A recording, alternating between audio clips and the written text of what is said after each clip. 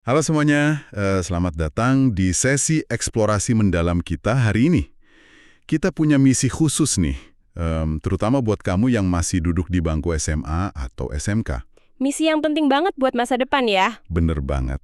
Pernah nggak sih kamu ngerasa sibuk banget, tugas numpuk, ekskul jalan terus, bimbel sana-sini, rasanya capek luar biasa, tapi kok kayaknya kamu jalan di tempat gitu. Sibuk tapi nggak kemana-mana. Nah, iya, nggak ada pencapaian yang benar-benar bikin bangga.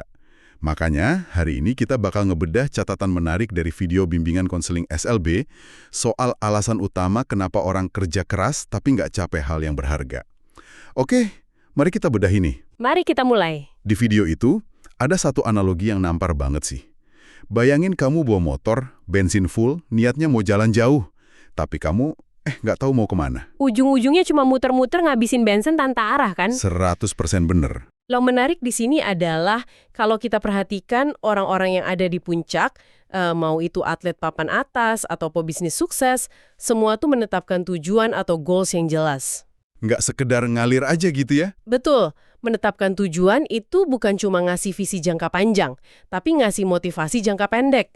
Jadi kamu bisa ngorganisir waktu dan fokus di tengah kesibukan sekolah kamu yang padat itu. Setuju banget. Pas sekolah dulu ngerasa waktu 24 jam tuh selalu kurang kan. Nah, catatan ini ngebongkar proses perencanaannya jadi 5 komponen. 5 komponen yang saling berkaitan erat. Ya, ada tujuan, sasaran, strategi, prioritas, sama aktivitas. Terus terang nih, pas awal-awal mikir, tunggu dulu. Tujuan sama sasaran itu bedanya di mana sih prakteknya? Wajar kalau bingung, secara bahasa kan emang mirip banget. Tapi ini beda level. Kita pakai contoh yang ada di catatan soal membaca buku. Oke, contoh baca buku ya. Nah, tujuan itu hasil akhir spesifiknya. Ngomong-ngomong, ada 3 area tujuan hidup kan? Keluarga, pekerjaan, dan pribadi. Oh, ini alasan kita bangun pagi setiap hari itu ya? Tepat, membaca buku ini masuk ke area tujuan pribadi. Jadi misalnya, tujuannya adalah membaca 12 buku dalam setahun. Itu hasil akhirnya.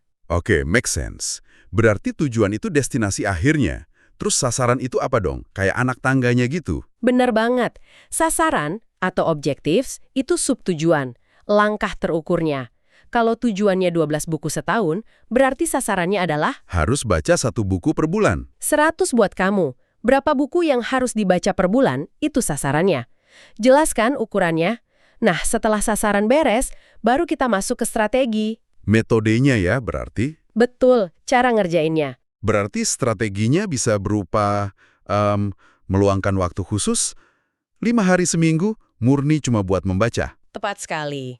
Tapi ini masalahnya, seringkali strategi sehebat apapun hancur berantakan pas ketemu realita. Karena waktu kita terbatas dan godaannya banyak ya. Niatnya baca buku, malah rebahan buka sosmed. Nah, disitulah prioritas dan aktivitas masuk. Untuk menetapkan ini di tengah waktu yang sempit, kamu harus terus nanyain 3 hal ini ke dirimu sendiri. Pertama, apa yang benar-benar penting bagi saya? Apa yang penting, oke? Kedua, apa aktivitas bernilai tertinggi saya yang ngasih kepuasan terbesar? Terus yang ketiga apa nih? Ketiga, apa penggunaan waktu saya yang paling berharga saat ini? Wah, kata saat ini tuh ditekankan banget ya.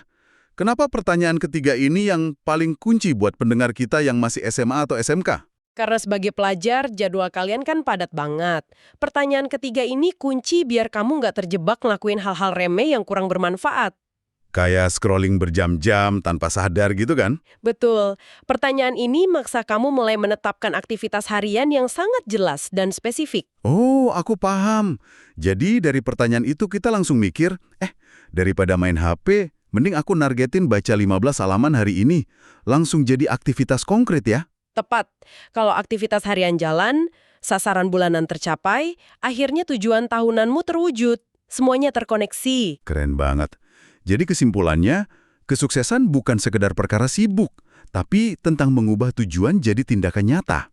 Coba deh, lakukan latihan ini sekarang. Ambil satu tujuan utama yang kamu punya, lalu jabarkan jadi sasaran, strategi, prioritas, sampai ke aktivitas harian. Dan jika penetapan tujuan memiliki kekuatan yang luar biasa untuk membentuk masa depanmu, coba pikirkan ini. Bagaimana jadinya jika tujuan yang sedang kamu rancang mati-matian saat ini ternyata diam-diam dibentuk oleh ekspektasi orang lain di sekitarmu dan bukan murni dari keinginan sejatimu sendiri?